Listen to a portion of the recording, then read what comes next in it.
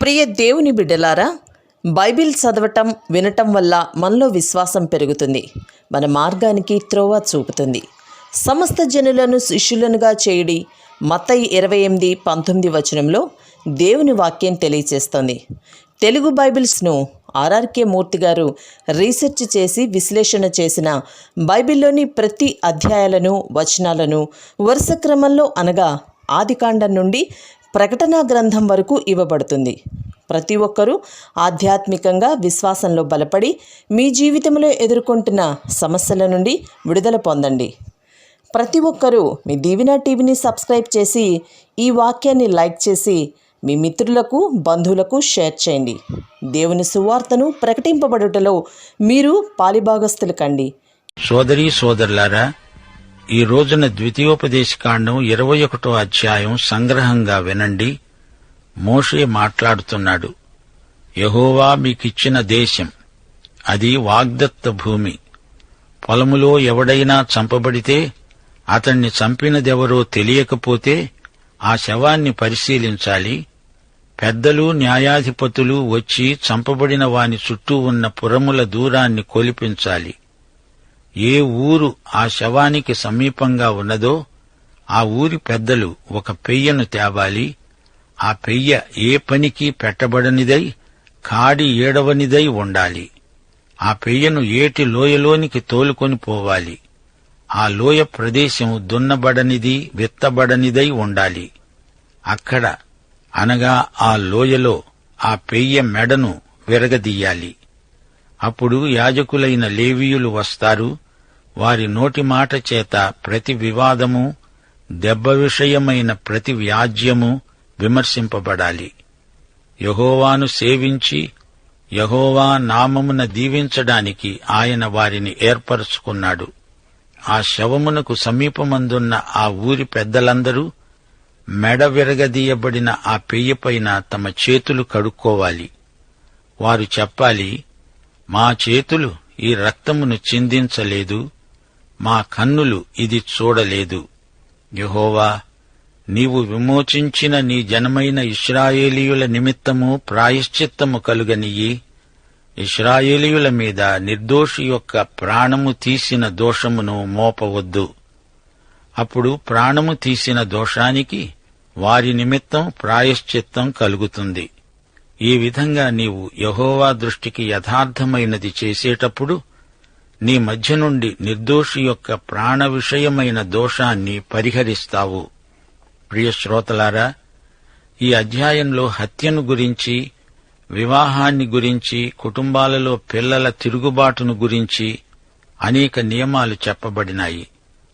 8వ అధ్యాయం నుంచి 21వ అధ్యాయం వరకు మత విషయికమైన జాతీయ నియమాలు ఎన్నెన్నో విన్నాము. ఇశ్రాయేలు జాతీయ జీవనంలో ప్రాముఖ్యమైన నియమావళి ఈ అధ్యాయంలో వివరంగా చూపబడడం ఒక విశేషం. ఒక వ్యక్తి హత్య చేయబడినప్పుడు అతని శవం పొలములో పడి ఉంటే ఆ శవానికి దగ్గరలో ఉన్న పురమేదో ముందు కనుక్కోవాలి. దగ్గరగా ఉన్న స్థలాన్ని కొలత చూచి నిర్ధారణ చెయ్యాలి. ఈ వ్యక్తి యొక్క హత్యకు పురప్రముఖులే బాధ్యత వహించాలి. తప్పదు, గత్యంతరం లేదు. గమనించాలి, ఒక నేరం జరిగినప్పుడు ఆ పట్టణమంతా దానిని గురించి సంజాయిషీ చెప్పుకోవాలి. పౌరులందరూ ఆ విషయమై పూచీ తీసుకోవాలి. ఒకవేళ ఆ ఊరివారిలో ఎవరూ అతణ్ణి హత్య చేసి ఉండకపోవచ్చు. అయినా వారిదే జవాబుదారీ. ఆ ఊరి పెద్దలు రావాలి, క్షమాపణ అడగాలి, దేవుని వద్ద క్షమాభిక్ష వేడుకోవాలి. ఈ సందర్భంలో మీకొక సంగతి చెప్పాలి. యేసుక్రీస్తు శిబిరము వెలుపల బహిరంగముగా సిలువ వేయబడ్డాడు. అయితే ఆయన మరణం హంతకులను రక్షించింది. రోమా శతాధిపతుల్లో ఒకడు యేసును సిలువ వేశాడు. అతడు యేసును అంగీకరించి రక్షణ పొందాడు.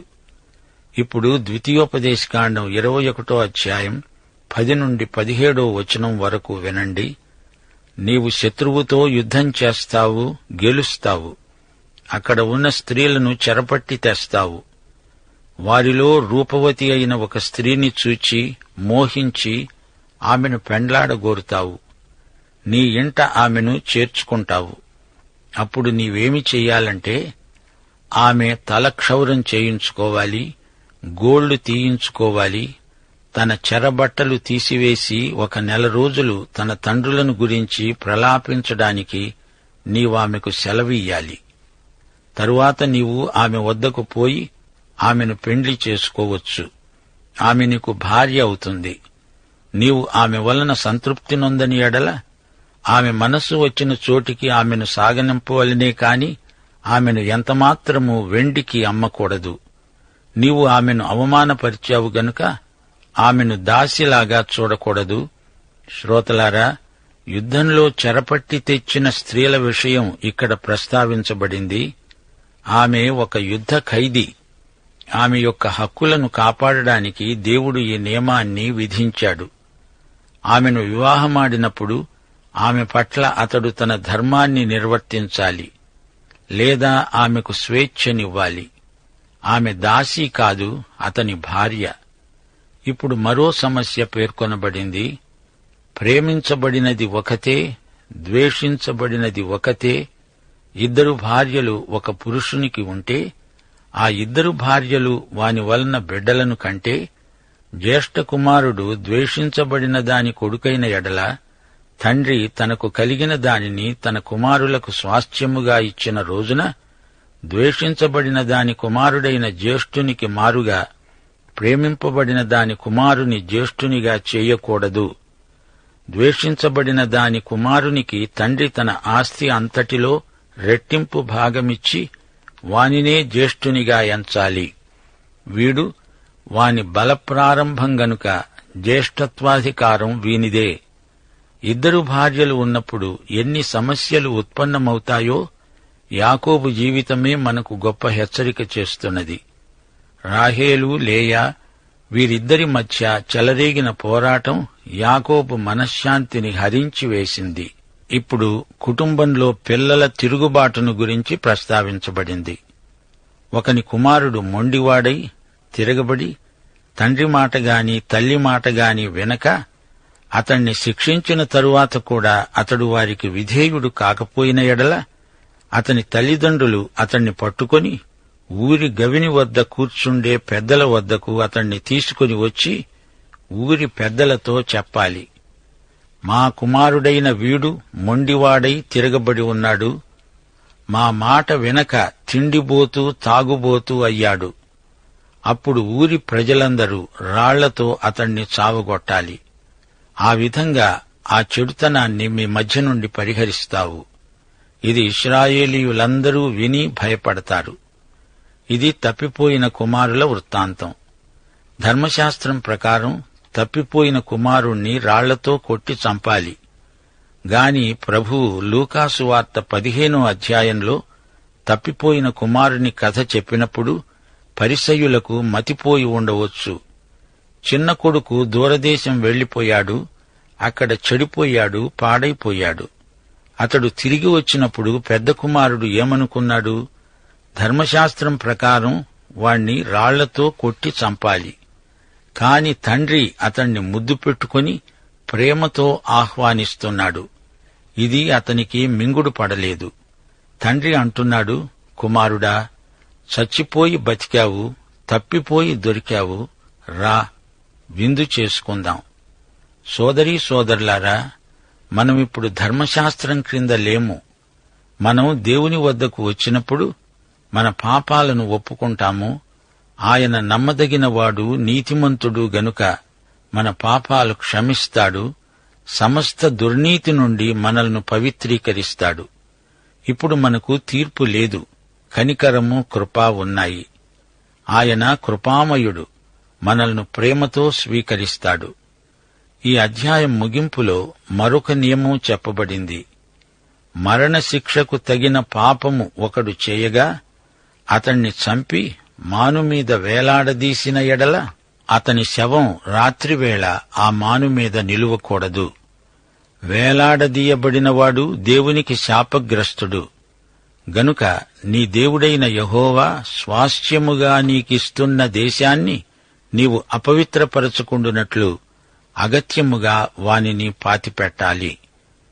ఉరితీయబడినవాడు ఆ మానుకు అలాగే వేలాడుతూ రాత్రంతా ఉండిపోవాలి.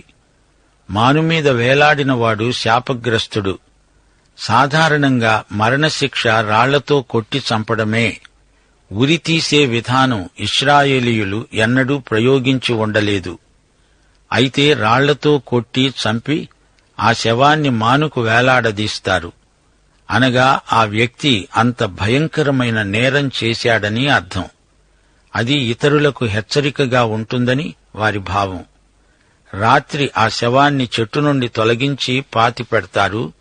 ఆ నేరస్తుడు చేసిన నేరం ఎంత ఘోరమైనదో ప్రజలకు చూపడానికి అలా చేస్తారు. ఈ ధర్మశాస్త్ర నియమం ఏమిటో మోషేకు కూడా ఆ సందర్భంలో అర్థమై ఉండకపోవచ్చు.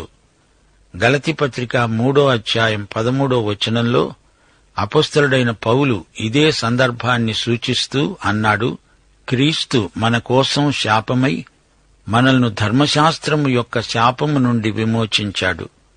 ఇందును గూర్చి రాయబడి ఉన్నది, మానుమీద వేలాడిన ప్రతివాడు శాపగ్రస్తుడు. యేసుక్రీస్తు ఈ లోకంలో జీవించినప్పుడు ఆయనను తీర్పు నిమిత్తమై రోమీయులకు అప్పగించారు. అప్పుడు రోమా ప్రభుత్వం అధికారంలో ఉంది. ప్రభుత్వం మాత్రమే మరణశిక్ష విధించగలదు. అందుచేత మన ప్రభువు రోమీయుల శిలువ మీద చంపబడ్డాడు. ఈ శిలువను మాను అని కూడా అంటారు. పౌలంటున్నాడు, యేసు శిలువపై వేలాడుతూ మన పాపాలను తన మీద మోసుకొని శాపగ్రాహి అయ్యాడు. ధర్మశాస్త్ర శాపం నుండి మనల్ని విమోచించడానికి ఆయన తానే శాపగ్రాహి అయ్యాడు. పాప శాపము నుండి, పాపశిక్ష నుండి మనల్ని విమోచించాడు. మనకు పాపక్షమాపణ ప్రాప్తించింది. ఎందుకనగా ఆయన మన కోసం శాపమైనాడు. సోదరీ సోదరులారా, యేసు హత్యలో నేరస్తులెవరు? రోమీయులా, యూదులా? కాదు. నీవు నేను కూడా ఆయన మరణానికి కారకులం. మనకోసమే ఆయన చనిపోయాడు. మనమే ఆయన మరణానికి బాధ్యులం. సోదరీ సోదరులారా, ఈ అధ్యాయంలో మొదటి 9 వచనాలు హత్య నేరాన్ని గురించి, 10 నుండి 14 వచనం వరకు చెరపట్టబడిన స్త్రీని పెండ్లాడగోరిన వారికి హెచ్చరికలు, ఆ తరువాత కుమారుల జ్యేష్ఠత్వపు హక్కు, 15 నుండి 17 వచనం వరకు నేరస్తుడైన కుమారునికి విధింపబడిన శిక్ష, 22 నుండి 23 వచనం వరకు మానుకు ఉరితీయబడిన వ్యక్తిని గురించి. గమనించాలి, పొలం దున్నని పెయ్య, దున్నబడని పొలం, హత్య చేయబడిన వ్యక్తి, ఈ విషయాల్లో జీవము మరణము మధ్య తారతమ్యము చూపబడింది. యుద్ధ ఖైదీగా వచ్చిన స్త్రీ, ఆమె తిరిగి తన వారిని జీవితాంతం వరకు చూడబోదు. ఆమె ఇప్పుడొక ఇశ్రాయేలీయుణ్ణి పెళ్లాడబోతున్నది. చచ్చిపోయి బతికినట్లే ఆమెకు అది ఒక అనుభూతి. తండ్రి చనిపోతూ తన జ్యేష్ఠ కుమారుని హక్కును పరిరక్షించాలి. తిరుగుబాటు చేసే కొడుకు క్రమశిక్షణకు లొంగనప్పుడు మరణశిక్షకు అప్పగించాల్సి వస్తుంది. నేరస్తుడి శవం రాత్రిపూట చెట్టుకు వేలాడుతూ ఉండకూడదు. ఇశ్రాయేలు భూమి అపవిత్రం కాకూడదు. చూచారా, ఈ అధ్యాయమంతటా చావు బతుకు మన కండ్లకు కట్టినట్లు చూపబడ్డాయి. ఈ అధ్యాయంలో మొదటి నేరం ఆ ఊరంతటికీ చెందింది. చిట్ట చివరిది కూడా ఊరంతటికీ చెందిన సమస్య. ఈ రెండిటిలో శవం కనపడుతుంది. దానిని గురించి చర్య తీసుకోవాలి. మొదటి నేరం హత్య చేయబడినవాడు. ఇతడు బాధితుడు, అన్యాయానికి గురి అయినాడు. నేరస్తుడు ఎవడో తెలియదు.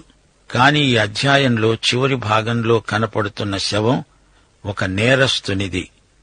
గమనించాలి, హత్య చేయబడిన వాని శవం పొలంలో దొరికింది. దానిని బట్టి గ్రామస్తులు ఒక పెయ్యను తెచ్చారు. పెయ్య పాపపరిహార బలికి పనికిరాదు. ఇక్కడ దాని రక్తము కారలేదు. దాని మెడ మాత్రం విరువబడింది. అనగా ఆ ఊరి పెద్దలు సాక్ష్యమిస్తున్నారు.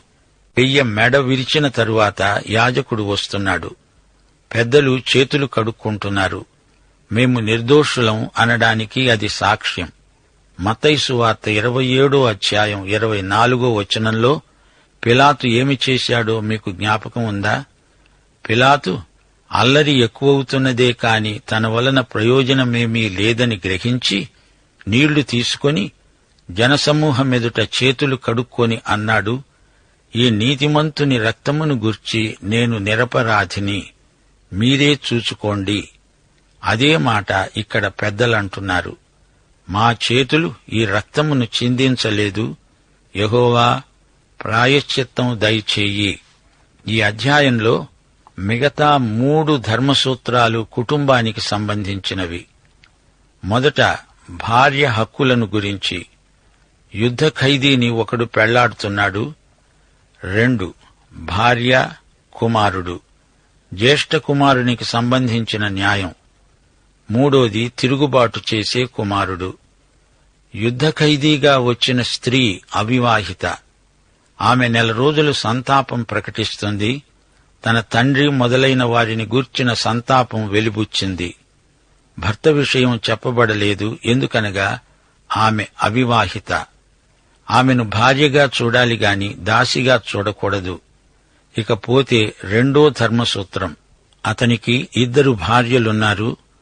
ఆ 2లో ఒకామెనే అతడు ప్రేమిస్తాడు. ఆమెకు పుట్టినవాడు జ్యేష్ఠుడు కాకపోయినా అతనికి స్వాస్థ్యం ఇవ్వడం నేరం. ఇలాంటి వివాదంలోనే యాకోబు కూడా పడ్డాడు. జ్యేష్ఠునికి ఆస్తి అంతటిలో రెట్టింపు భాగమివ్వాలి. ఇది ధర్మశాస్త్ర నియమం.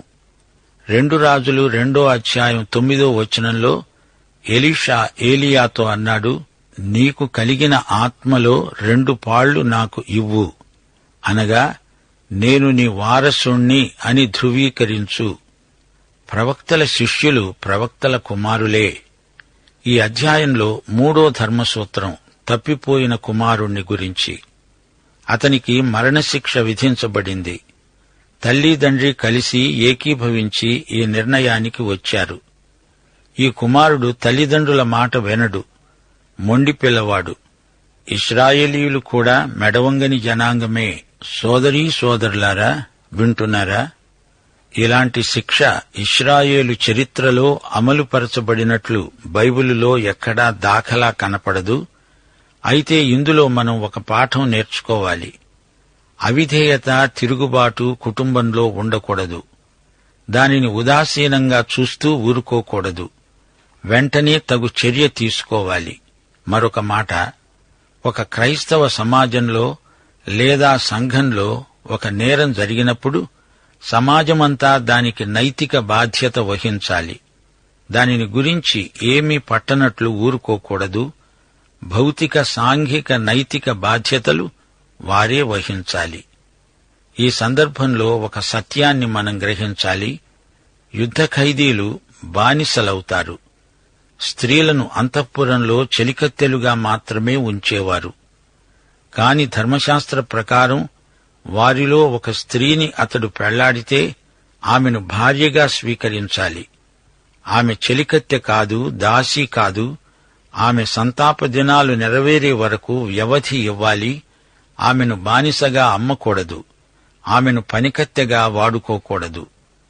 2 భార్యల వ్యవహారంలో వారికి కలిగిన కుమారుల విషయంలో జ్యేష్ఠుని హక్కులు కాపాడబడాలి. ఒకతెను ప్రేమిస్తున్నాడు, ఒకతెను ద్వేషిస్తున్నాడు.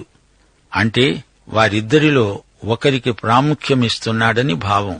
అలాగే యాకోబు లేయా రాహేలులను చూచాడు. ద్వేషించటమంటే హింసించటమని కాదు. దేవుడు యాకోబును ప్రేమించాడు, ఏశావును ద్వేషించాడు. లూకా 14వ అధ్యాయం 26వ వచనంలో ప్రభు అన్నాడు, ఎవడైనా నా వద్దకు వచ్చి తన తండ్రిని, తల్లిని, భార్యను, పిల్లలను, అన్నదమ్ములను, అక్క చెల్లెండ్రను, తన ప్రాణమును సహా ద్వేషించకుంటే వాడు నా శిష్యుడు కానేరడు. అనగా ద్వేషించటం అనే మాటకు బైబిలులో ఈ సందర్భంలో తక్కువ ప్రేమించటం అని గ్రహించాలి. మరో మాట, యెహోషువ హాయి రాజును చంపి సాయంకాలం వరకు అతణ్ణి మానుమీద వేలాడతీశాడు. పొద్దుగుంకుతున్నప్పుడు అతడు సెలవీయగా జనులు వాని శవమును మానుమీది నుండి దించి ఆ పురద్వారము ఎదుట దానిని పడవేసి దానిమీద పెద్ద పెద్ద రాళ్లు కుప్పగా పడవేశారు. అది నేటి వరకు ఉన్నది. యెహోషువ 8వ అధ్యాయం 29వ వచనం. మరో సందర్భంలో యెహోషువ శత్రువులను 5 చంపి వారిని 5 చెట్ల మీద వేలాడదీశాడు. పొద్దుగుంకే సమయాన యెహోషువ సెలవీయగా జనులు చెట్టుమీది నుంచి వారిని దించి వారు దాగిన గుహలోనే ఆ శవాలను పడవేసి ఆ గుహాద్వారాన పెద్ద రాళ్లు వేశారు. ఆ రాళ్లు నేటి వరకు ఉన్నవి. యెహోషువ 10వ అధ్యాయం 26, 27 వచనాలు. చూచారా, యెహోషువ ధర్మశాస్త్ర ప్రకారమే చేశాడు. పాఠం సమాప్తం. మన ప్రభువు రక్షకుడు అయిన యేసుక్రీస్తు వారి సమృద్ధి కృప, తండ్రి సృష్టికర్త అయిన దేవుని శాశ్వత ప్రేమ, పరిశుద్ధాత్మ అన్యోన్య సహవాస సమాధానములు మనకందరికీ సదాకాలము తోడై ఉండునుగాక. ఆమేన్.